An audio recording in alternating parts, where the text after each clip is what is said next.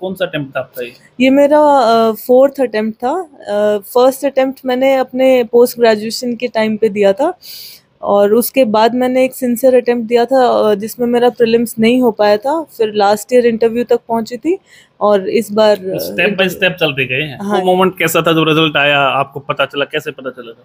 मेरे हस्बैंड का कॉल आया था, मैं उस टाइम पे हॉस्पिटल में अपनी ड्यूटी पे थी। तो उन्होंने बात करते हुए बताया कि रिजल्ट आ गया है। तो उन्होंने ही मेरी रैंक देखी थी, और उन्होंने बड़ी खुशी के साथ बताया। क्या सोचती, क्या रैंक रह सकती है मेरी, क्या करके आई हूँ? देखिए, सबसे पहले कोशिश तो यही रहती है कि लिस्ट में नाम आ जाए। नमस्कार दोस्तों, मैं हूं प्रदीप कौशिक और आप देख रहे हैं इंडिया न्यूज 16। जैसे ही रिजल्ट आया यूपीएससी का और चारों तरफ खुशियां, महेंद्रगढ़ जिले में हूं और यहाँ पे बहुत अच्छी अच्छी रैंक महेंद्रगढ़ जिले ने पाई है, क्योंकि एजुकेशन हब कहा जाता है काफी समय से अब तो। और अंकिता जी हमारे साथ है, इनकी रैंक 337 रही है। क्या कुछ इन्होंने इसके पीछे मेहनत की और कैसे ये रैंक रही, सारी बातचीत करेंगे। कैसे आपका बच्चा यूपीएससी कर सकता है, क्योंकि इन्होंने भी शायद दूसरा तीसरा अटेम्प्ट इनका था, इन्होंने अच्छी मेहनत की है। और महेंद्रगढ़ जैसे शहर में, क्योंकि पिछड़ा कहा जाता है दक्षिण हरियाणा, लेकिन एजुकेशन के मामले में बहुत आगे जा चुका है। तो इनसे बातचीत करते हैं कैसा रहा यूपीएससी का जो सफर है वो। जी नमस्कार जी। जी नमस्कार। तो अंकिता शोरान नाम है आपका? हाँ जी, हाँ जी। अच्छा, तो कौन सी रैंक आपकी रही? 337? जी 337। 337। हाँ जी। तो पहले तो ये बताओ कैसा लगा आपको जब रिजल्ट आया? अच्छा ही लगता है ये सब देख के, और घर वालों की खुशी देख के तो और ज़्यादा अच्छा फील हो रहा है। घर पे सब लोग बहुत खुश हैं। तो जब वो मोमेंट कैसा था जब रिजल्ट आया, आपको पता चला, कैसे पता चला था? मेरे हस्बैंड का कॉल आया था, मैं उस टाइम पे हॉस्पिटल में अपनी ड्यूटी पे थी। तो उन्होंने बात करते हुए बताया कि रिजल्ट आ गया है। तो उन्होंने ही मेरी रैंक देखी थी, और उन्होंने बड़ी खुशी के साथ बताया। फिर उन्होंने हमारे जो एक फैमिली ग्रुप है व्हाट्सएप पे, उस पे डाला, तो सब लोग बधाई देने के लिए कॉल करने लगे, तो अच्छा लगा। आपको पहले से पता होगा भी शायद आज आने वाला है रिजल्ट? रिजल्ट एक्सपेक्टेड तो था कि 1-2 दिन में आ जाएगा, बट यूजुअली जैसे पिछले 2-3 साल से यूपीएससी का रिजल्ट शाम को ही आता है। तो मैं एक्सपेक्ट नहीं कर रही थी उस टाइम पे कि दोपहर में ही आ जाएगा। दिमाग में तो था? हाँ, दिमाग में था कि आने वाला है, कभी भी आ सकता है। क्या सोचती, क्या रैंक रह सकती है मेरी, क्या करके आई हूँ? देखिए, सबसे पहले कोशिश तो यही रहती है कि लिस्ट में नाम आ जाए। क्योंकि पिछली बार जब मैंने इंटरव्यू दिया था, तो उसके बाद लिस्ट में नाम मिस हो गया था कुछ नंबर से। तो सोचता तो हर कोई यही है कि टॉप रैंक्स आ जाएं, बट सबकी तो टॉप रैंक्स नहीं आ सकती। लिस्ट में नाम आ जाए, उसी बात की बहुत खुशी है। तो सिर्फ इसमें पढ़ाई तो आपने की है, इसके अलावा किसकी ज्यादा अहम भूमिका मानते? सबसे अहम भूमिका मेरी फैमिली की रही है, स्पेशली मेरे हस्बैंड, जो कि खुद एक सिविल सर्वेंट है। डॉक्टर सुनब सिंह, वो दानिक्स ऑफिसर हैं, और अभी फ़िलहाल दमन दीव में पोस्टेड हैं। उन्होंने ना सिर्फ पढ़ाई में मेरी हेल्प की, बल्कि मुझे हर बार मोटिवेट किया। जब भी मुझे ऐसे लगता था कि पता नहीं एग्ज़ाम निकलेगा कि नहीं निकलेगा, तो उन्होंने हमेशा मुझे पॉजिटिव तरीके से पढ़ाई के साथ साथ पॉजिटिव बातें भी करी, उन्होंने मोटिवेट किया। उसके अलावा मेरी फैमिली, जैसे मेरे इन लॉज़ हैं, डॉक्टर भूप सिंह यादव हैं, मेरे फादर डॉक्टर श्री विजेंद्र शोरान हैं, और मेरी मदर इन लॉ सरला यादव, जो एक्स CDPO रह चुकी हैं, और मेरी मदर कमलेश देवी। तो इन सपोर्ट सब किया पूरा? हाँ जी, मेरे ब्रदर वो तो बहुत ही ज़्यादा खुश है। पूरी तो फैमिली पूरी खुश है? फैमिली बहुत खुश है। अच्छा, कौन सा अटेम्प्ट था आपका ये? ये मेरा फोर्थ अटेम्प्ट था। फर्स्ट अटेम्प्ट मैंने अपने पोस्ट ग्रेजुएशन के टाइम पे दिया था, और उसके बाद मैंने एक सिंसियर अटेम्प्ट दिया था जिसमें मेरा प्रीलिम्स नहीं हो पाया था। फिर लास्ट ईयर इंटरव्यू तक पहुंची थी, और इस बार स्टेप बाय स्टेप चलते गए हैं। हाँ जी। तो स्टार्टिंग से जब आप बता रहे ग्रेजुएशन में थे, उस समय तैयारी सोच वहीं से थी? ग्रेजुएशन मैंने MBBS की है PGI रोहतक से। उस समय एक विचार था दिमाग में कि सिविल सर्विसेज की तरफ सोच सकते हैं, लेकिन फिर नीट PG क्लियर हुआ, रैंक अच्छी आ गई, तो फिर मैंने MD मेडिसिन की सीट उठा ली थी RML दिल्ली से। PG के टाइम पे थोड़ा टाइम नहीं लग पाता था सिविल सर्विसेज की तैयारी के लिए, तो उसके बाद मैंने अपनी सीनियर रेजिडेंसी के टाइम पे तैयारी शुरू की थी। ऐसे ही डॉक्टर की पढ़ाई वैसे ही कठिन होती है, और फिर उसके बाद ये भी शुरू कर दिया आपने? हाँ, ये जब मुझे लगा कि दिल में ऐसे रहना नहीं चाहिए कि मेरे को ये करने का मन था, और मैंने ट्राई नहीं किया, तो इसलिए मैंने ट्राई भी फिर आपने 4-4 बार?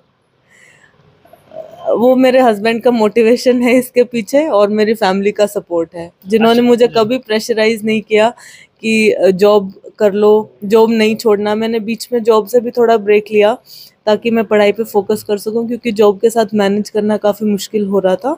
तो सबके सपोर्ट से ही आज ये रिजल्ट है। अच्छा, अगर बात करें कोचिंग की, पढ़ाई कहाँ से इकट्ठा किया आपने, सब कुछ कैसे किया? देखिए, मैंने कोई फॉर्मल कोचिंग नहीं ली।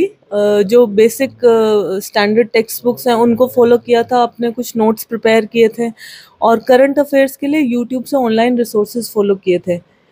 तो और क्योंकि मेरे हस्बैंड ऑलरेडी प्रिपेयर कर चुके थे इस एग्ज़ाम के लिए, तो उनके नोट्स और उनकी गाइडेंस से ही मैंने सब प्रिपेयर किया था। तो जो देख रहे हैं उन्हें क्या कहोगे, कैसे करें? उनके लिए यही मैसेज है कि आप मेहनत करते रहिए, अगर असफल होते भी हैं तो भी हिम्मत नहीं हारें, क्योंकि आप जब तक कोशिश नहीं करेंगे तब तक सफलता नहीं मिल सकती, और असफलता से हार के बैठना कोई सॉल्यूशन नहीं है। बस मोटिवेटेड रहिए और अपनी मेहनत करते रहिए। अच्छा, कोचिंग बहुत सी जगह करते हैं, तो बच्चा क्या ज़्यादा करे, कितनी देर पढ़े, किस समय पढ़े? देखिए, आप तो जॉब भी साथ साथ मैं कर रहे साथ थे। में क्योंकि जॉब कर रही थी, तो मैं ये नहीं बता पाऊंगी कितने घंटे पढ़ना चाहिए कितने नहीं, पर जितनी भी देर आप पढ़ें, आप फुल कंसंट्रेशन के साथ पढ़ें, अपने सोर्सेज को लिमिटेड रखिए ताकि आपको एंड में रिवीजन करने में दिक्कत ना आए, और आप बार बार उसी मटेरियल को रिवाइज करेंगे तो आपको रिटेन भी ज़्यादा रहेगा। अच्छा, आपने 4 बार कोशिश की, हर बार कोशिश करने के बाद डिमोटिवेट हुए होंगे आप, फिर आपको मोटिवेशन घर से, बता रहे हस्बैंड से मिला, चारों बार क्या-क्या सीखने को अलग-अलग मिला? देखिए, फर्स्ट अटेम्प्ट का तो मैं नहीं मानूंगी ज़्यादा, कि क्योंकि उस समय मैंने कुछ तैयारी नहीं की थी, वो जस्ट मैंने एक्सपीरियंस के लिए दिया हुआ था।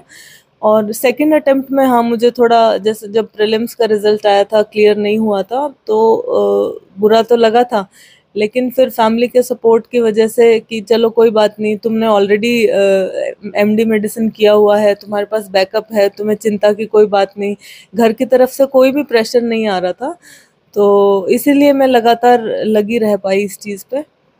और फिर 4th टाइम हो ही गया। हाँ जी, फिर फोर्थ टाइम हो गया। लास्ट ईयर इंटरव्यू तक गए थे, और फिर लिस्ट में कुछ 8-9 मार्क्स से मिस हुआ था। तो नया बच्चा है, उसे क्या कहोगे? नए बच्चों के लिए यही है कि अगर आप सिविल सर्विसेज में आना चाहते हैं तो अच्छी फील्ड है, मेहनत करना आपका काम है, और अगर सफलता मिलती है तो आपके पेरेंट्स की खुशी उससे ज़्यादा खुशी आपको लाइफ में कभी नहीं मिल सकती वो देख अच्छा, के। जो रैंक आपकी रही उसके हिसाब से क्या कैटेगरी मिल सकती उसके हिसाब से मुझे जनरल कैटेगरी में मुझे रेवेन्यू सर्विसेज अलॉट होने के चांसेस हैं। है? आप इस बारे में आपने सोचा हो तो मेरे को क्या मिले, सोचा था कुछ? देखिए, सोच तो हमेशा आईएएस की रहती है, लेकिन इस रैंक पे तो पॉसिबल नहीं हो पाएगा वो। तो अभी नेक्स्ट अटेम्प्ट की तैयारी, अभी अच्छा, मई में आगे एग्जाम तैयारी है, चल तो रही एक अटेम्प्ट और देने की इच्छा है। है। छोड़ना नहीं है कुछ भी। जब तक अटेम्प्ट्स हैं तब तक तो छोड़ना क्यों है। बस। कुछ और बच्चों को बताना चाहेंगे? बस बच्चों के लिए यही है कि आप मेहनत करें और अपने पेरेंट्स का नाम रोशन करें। आपकी अचीवमेंट से आपसे ज़्यादा खुशी आपके पेरेंट्स को होती है, और उनकी खुशी से बढ़ के दुनिया में कुछ भी नहीं है। अच्छा, एक सवाल और है, आपने पढ़ाई बहुत की है आगे चल के, लेकिन स्कूलिंग जो होती है वो भी बहुत मेन होती है, वो कहाँ से की आपने? मैं 10th क्लास तक डीएवी महेंद्रगढ़ से पढ़ी हूँ, और उसके बाद 11th-12th मैंने आरपीएस महेंद्रगढ़ से किया है। तो उसका कितना रोल मानते हैं उसमें? देखिए, मेरी जो फाउंडेशन थी वो डीएवी स्कूल से बनी थी, तो मेरे आज भी जो डीएवी के टीचर्स हैं मैं उनकी बहुत रिस्पेक्ट करती हूँ। और उसके बाद 11th-12th में आरपीएस में मुझे एकेडमिक फोकस करने का वो मिला, वहाँ के टीचर्स ने बहुत हेल्प की, और उसी की वजह से मैं पीएमटी क्लियर कर पाई, और वहाँ से पीएमटी क्लियर करने के बाद ही मेरा सिविल सर्विसेज में जाने का मन हुआ। तो स्कूल तो देखिए, पेरेंट्स और टीचर्स दोनों ही इक्वली इम्पोर्टेंट हैं किसी भी इंसान के करियर में। मतलब फाउंडेशन सबसे जरूरी स्कूलिंग वाली हाँ है। जी, हाँ जी। बहुत बहुत धन्यवाद। थैंक यू, तो थैंक यू आपने सर। देखा है 337 337 जो रैंक इन्होंने हासिल की है उसके पीछे मेन बात इन्होंने बताई, जो स्कूलिंग होती है ना वो बहुत बच्चे के लिए ज़रूरी होती है। तो ऐसा नहीं है कि भाई +2 करने के बाद सोचें कि मेरे को क्या करना है। शुरुआत से आप पढ़ते चलेंगे, अपने बच्चे के ऊपर फोकस रखेंगे तो वो आगे जाके डॉक्टर बनने के बाद भी यूपीएससी कर सकता है। तो इस वीडियो को लेके शेयर करें ताकि जो बच्चे डिमोटिवेट हो जाते हैं 1 बार में 2 बार में, यहाँ तो 4-4 बार कोशिश की गई है और पहले से डॉक्टर, तो बहुत सी चीज़ें हैं। वीडियो को शेयर करें और पहुंचाएं उस हर बच्चे और पेरेंट्स के साथ जो डिमोटिवेट हो जाते हैं। लगातार इस प्रकार की अपडेट्स के लिए देखते रहें इंडिया न्यूज़ 16। नमस्कार, धन्यवाद।